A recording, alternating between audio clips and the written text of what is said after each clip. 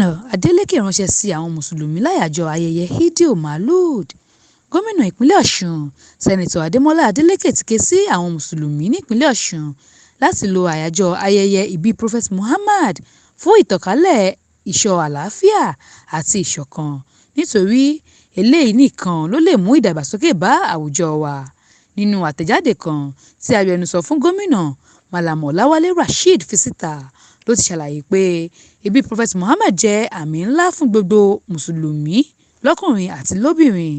Ó ké sí àwọn Mùsùlùmí láti máa ṣàwòkọ́ṣe ìwà àánú, ìdájọ́ òdodo, ìṣoore àti ìrẹ̀lẹ̀ tí Prophet Muhammad fi lélẹ̀ fún ìran ènìyàn.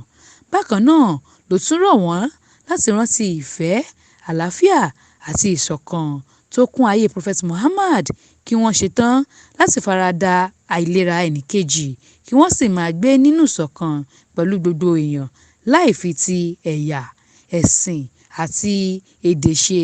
Gómìnà Adeleke sọ síwájú pé kí àwọn aráàlú lo àyájọ́ ayẹyẹ náà láti gbàdúrà fún ìpínlẹ̀ Ọ̀ṣun láti lè borí onírúurú ìpèníjà tó ń kojú lọ́wọ́lọ́wọ́.